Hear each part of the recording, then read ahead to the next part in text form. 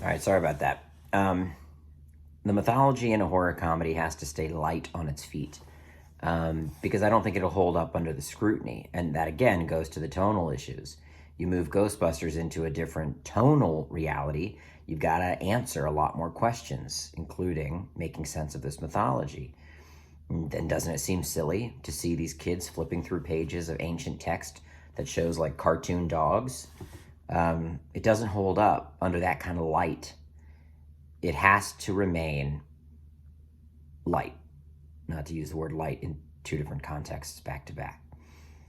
I said I wasn't going to talk about the tonal problems, but it's inevitable. You can't avoid it because that's what's at the core, I think, of this film not working, is the tonal shift. I don't think you can put the score from the original film in this movie. The score from the original film is a light on its feet romp in New York. I mean, that music is synonymous with like 80s New York. You can't just put that over these scenes. It just doesn't mesh because they're different tonal decisions. They say different things tonally to your audience. So that was my first big thing would be no Gozer. No Gozer, no gatekeeper, no keymaster. If you're going to, say what you want about Ghostbusters 2, but I love the fact that it went to a new threat. I mean, I like that the visuals became different. I like the River of Slime.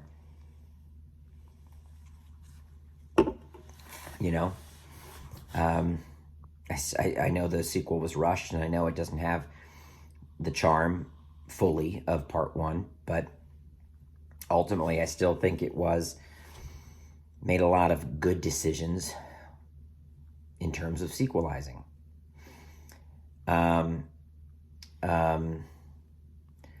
So yeah, no Gozer. If anything, if you want to see a terror dog, once the ghosts are loose in the town, show one as an Easter egg. Oh fuck, was that a terror dog? That's tight. That's from part one. People have mistaken our love for part one as we love everything from part one, and that's what we want. No. We love part one because of how well it works as a film. We don't love it because of the terror dogs. You know what I mean? I don't need Paul Rudd to turn into Rick Moranis. We have that movie already. So much of the movie is burned. The real estate of the film is burned by having this child piece together the history that most of us already know. And it's tedious to watch her find a trap, find a proton pack, find out about the grandfather, find the video. They take so much time with that it causes this bloat to the first hour and some odd minutes, that when the action starts, it jumps so much. Instead of it being this gradual climb, it really just goes from like kind of piecing together stuff to like muncher, dude. And it doesn't have that gradual climb of like weaving in heightening supernatural elements to finally seeing what we see. It's just like grounded real world investigation into my grandfather's past to muncher, dude. That's a big leap, and I don't think it makes the leap well.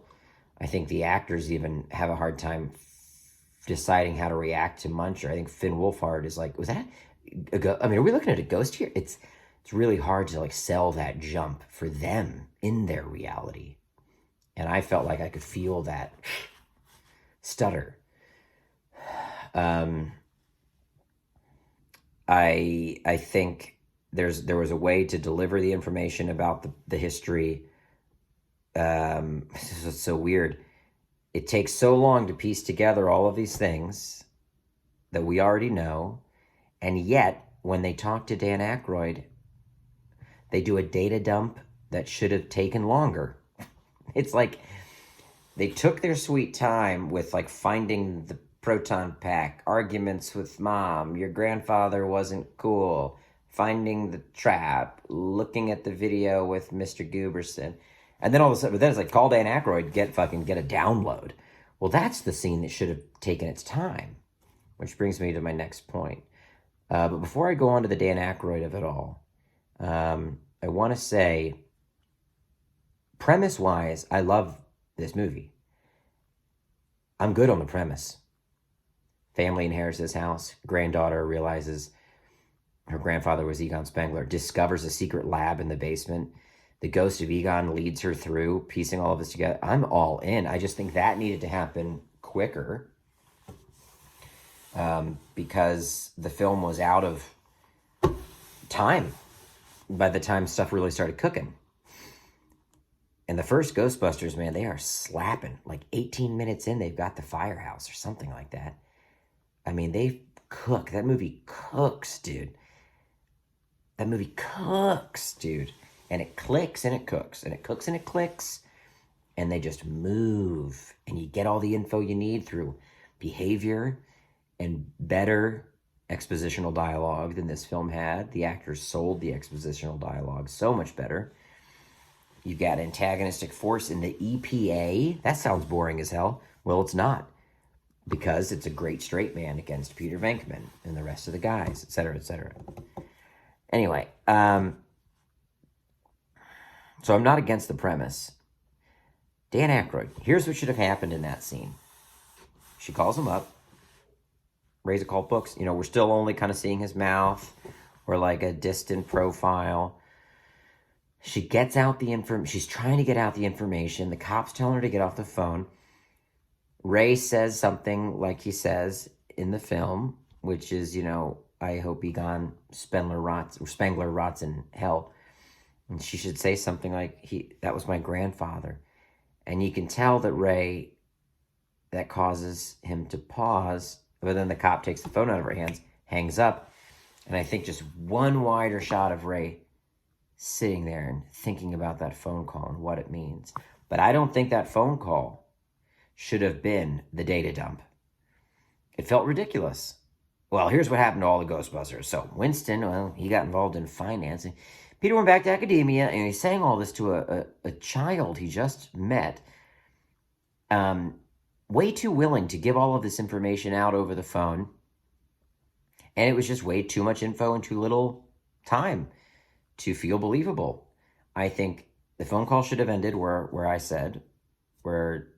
Dan says, you know, Ray says, I hope Egon Spengler goes to hell. And then she says, that was my grandfather. And they hang up the phone.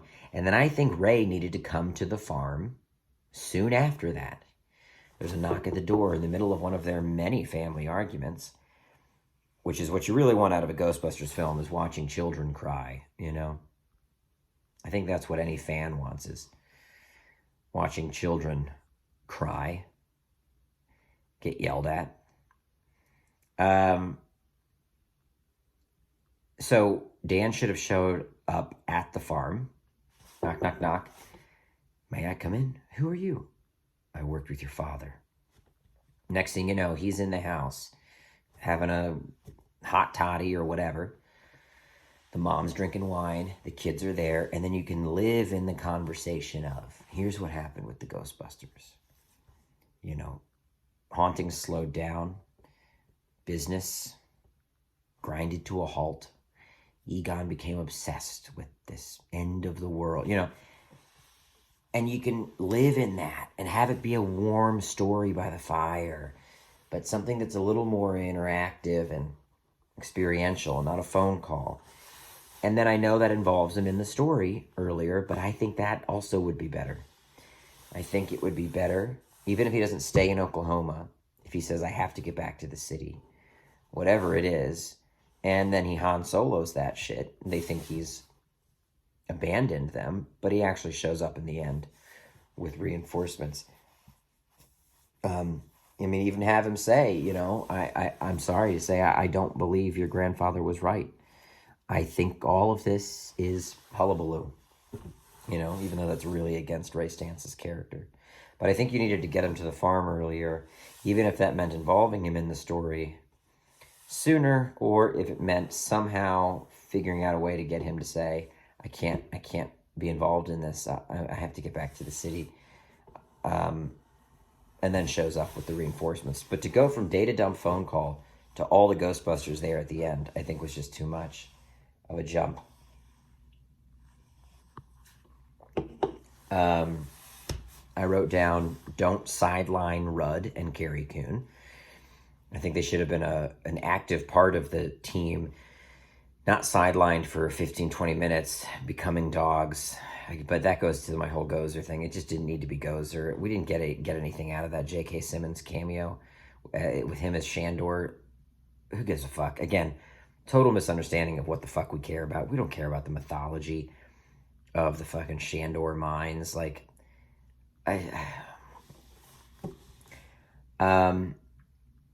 okay, here's a way. Here's two minor gripes that are not part of my big picture solves.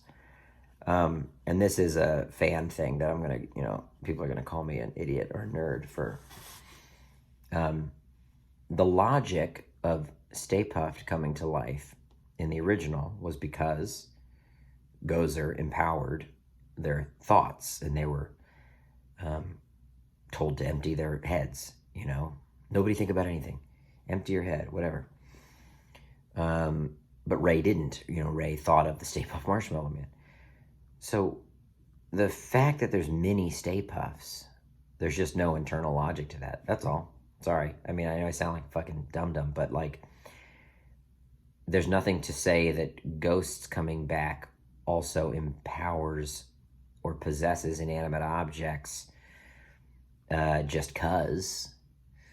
I mean, why wasn't everything in that Walmart alive? Why weren't the beef patties up and walking around? I mean, that's what when you're talking fan service, because again, that's a misunderstanding. They just thought they like Stay Puft, so bring back Stay Puft. Sure, we like Stay Puft, but we'd be happy with something else coming to life that was organic to the plot. That's what's exciting. They forget about the mechanisms that make these things work. We don't just like Stay Puft. I still have the Stay Puft stuffed animal from the 80s. It's the one I bought in the 80s, and I still have it. I love Stay Puft. What you love is the mechanism that brings that to life. The comedy that also comes out of that, of everybody being mad at Ray. And then the inherent comedy of seeing that creature so large coming down the streets, but it also still kind of being imposing and scary. It's not just Stay Puffs by any means at all costs, you want there to be some logic, even in a ghost comedy, especially if you're grounding it in all this realism and emotion. But the movie also felt very disjointed. I mean, and this might be a scene that was cut, but this sounds tiny, and this sounds like such a dumb thing to fixate on.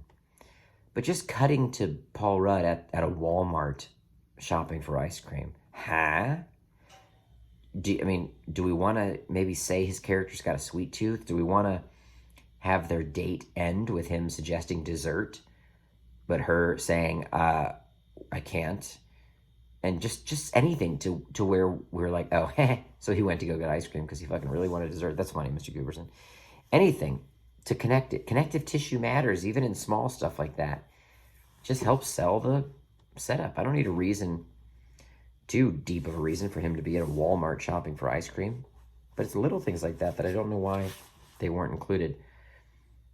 Also, who shops for dessert at Walmart? You know what I mean? That doesn't matter.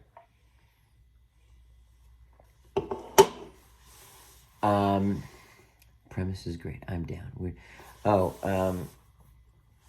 If they wanted to go the full Stranger Things route, why didn't they focus on their ensemble of kids more? I don't think there was much of a dynamic between the four of them. And I think it's because two of them were teens and two of them were little kids. So you never quite get the Goonies dynamic of the older kids disliking the little kids but being forced to join on this adventure. But you also never get the Stranger Things vibe of we're kind of all the same age and we can gel that way. And then even in Stranger Things, they do a great job in the original first season of the older kids kind of functioning outside of the younger kids.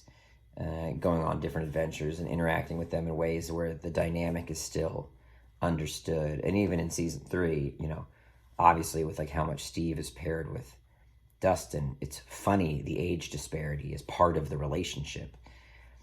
You know, him having these like young friends is funny, and he's made fun of in a way. But this was just always confusing. I mean, is Finn Wolfhard just down to party with his little sister and her little friend named Podcast? The girl was always nagging him, but ultimately was just kind of also crushing.